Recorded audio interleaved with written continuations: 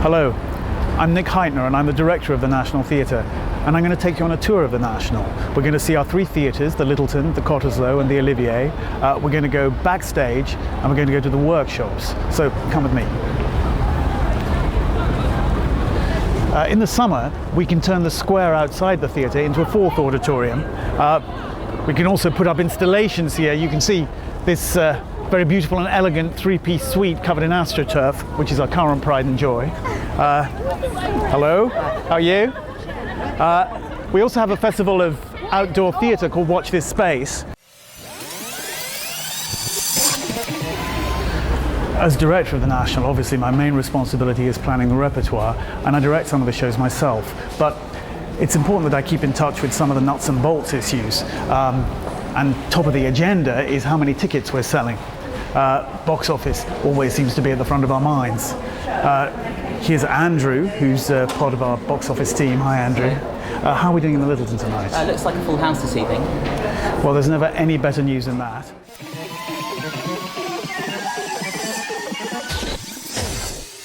Obviously the big news is what goes on the stages, but here front of house there's plenty else going on. You can eat in one of our restaurants or cafes, you can listen to free foyer music, you can go to one of the many exhibitions that we hold. We have an absolutely terrific front of house team who are here to make your visit more enjoyable. We're going to continue the tour now into the Littleton Theatre.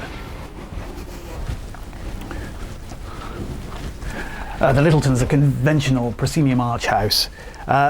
That just means that the audience sits in rows, looking at the stage through the proscenium arch as if they were looking through a picture frame. We tour many of the shows that we start here because there are a lot of theatres throughout the country and in the rest of the world that are built essentially on this same layout. It's where the History Boys started, for instance, and that toured all over the world and then landed up in the West End. Behind me, you can see the control boxes from which the show is run every night. That's where lighting and sound are run from, it's where video technicians sit, it's where the audio describer often is, and the deputy stage manager sits in one of these boxes and runs the show from it. So far I've shown you what anybody who comes to see a show here at the National can see. Now we're going to continue the tour onto the stage of the Littleton Theatre, and then I'll take you backstage and onto the rear stage. It's an unusually large stage, very deep and very wide, and that means there's none of the separation between stage and auditorium that a proscenium arch often dictates. You can see that it can feel as if the action and the audience are in the same big room together, and you're looking behind me at what an actor would see as he stood on the stage and looked out into the auditorium. Now we'll move into the wings. And I can see one of my senior technical colleagues, Rob Barnard, waiting for us. Hi, Rob. And Rob's going to tell us something about the flying system. I am. This, Nick, is the heart of the flying system, the counterweight flying system. That is the mechanism used in this theatre for flying scenery right up into the grid there. It's a manual system, it's over 30 years old, and it's kind of time it's replaced, actually. Yeah, and we're going to replace it pretty soon. We're going to replace it with a powered system, which will enable us to fly much heavier scenery made of steel, and three-dimensional scenery, which is what we use much more of these days. Yeah, theatre technology never stands still, does it? It does, no. No. One thing we'll always need, though, is a prompt corner. That's what we call the prompt corner there. It's where the stage manager and the assistant stage managers run every single show. Now, come with me now, and I'll take you onto what we call the rear stage. It's where we store the set that's waiting to come in for the next performance. And here is the set for a show called Afterlife. We can keep 3 shows in the repertoire at any one time here in the Littleton.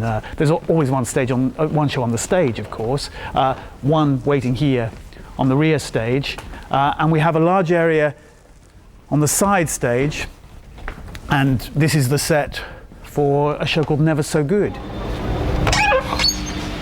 So we're leaving the Littleton side stage, and we're coming out onto what we call Drum Road, which links all 3 of our theatres, the Olivier, the Littleton and the Cottesloe, and it's also where all our workshops are. Now, we're more or less unique in this theatre in that we make everything on site, just passing the metal workshop and moving here into scenic construction. We have tremendous carpenters, metal workers, plastic experts. Their job is to take the designs from the stage designer and to construct the sets. When they finish constructing them, they will send them through to our paint frame where scenic artists get to work on them.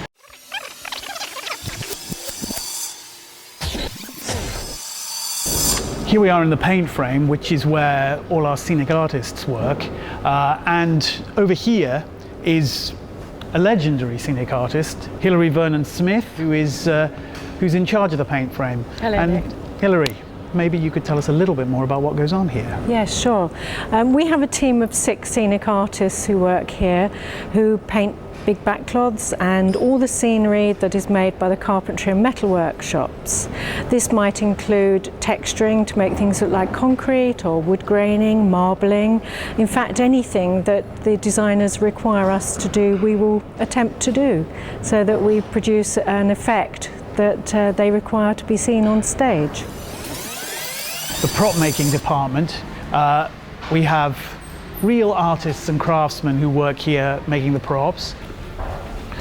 So we're walking away from the props department now, and we're going to leave the artists and craftspeople of the props department to get on with making the props and sets for the new shows that they're working on.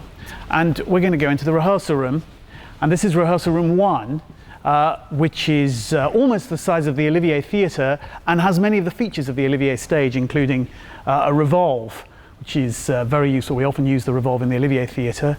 And here is part of the set of a play called Her Naked Skin, which is about the suffragette movement, and a lot of that play takes place in prison. This set evokes a Victorian jail. We very often have either part of the set or a mock-up of the set in rehearsal, particularly for a big and complicated show.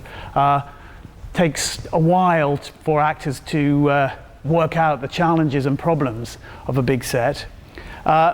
This rehearsal room will always be a hive of activity, 25, 30 actors, a director working out what the show's going to be. It will often be visited, huge array of chairs here by all the designers, the set designer, costume designer, lighting designer, sound designer. They'll often be here. Movement directors, voice coaches, we work with very often. Here will always sit the stage managers, whose job is to coordinate rehearsals and to make sure that everything that's worked out in rehearsals is recorded and distributed to the departments in the theatre whose work is going to be affected by discoveries and changes that are made in rehearsals.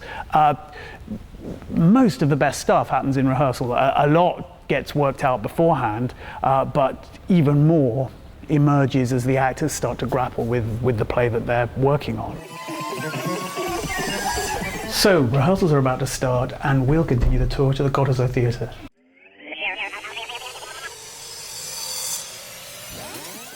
It's where we do the new and experimental stuff. This is a theatre where a lot of playwrights have cut their teeth, and where a lot of established playwrights still prefer to work. It's also a theatre where we rediscover plays from the past, plays that have maybe been forgotten, writers that have been forgotten maybe. It's a theatre where we do the stuff that needs the more intimate feel that a 300-seat auditorium can provide. It's a very flexible auditorium, at the moment set out with rows of seats facing the stage, rather like the Littleton, but in fact we can play in the round with seats on all sides of the stage. We can play on a long traverse stage with seats either side. We can get rid of the seats completely and do promenade productions where the actors and the audience share the same space. We're going to leave the Cottesloe Theatre now, which seats about 300, and we're going to go to the Olivier Theatre, which seats about 4 times as many as that. We'll squeeze through what you might call the wings, although they barely are wings. There's an improvisational feel about this theatre which makes it very popular with actors and audiences, and it almost is improvised because it was squeezed into an empty black box that was given to us by the original architect. Not improvised at all is this very famous piece of stage machinery that we're entering now. This is the Olivier Theatre's drum revolve, which corkscrews up into the heart of the Olivier Theatre stage.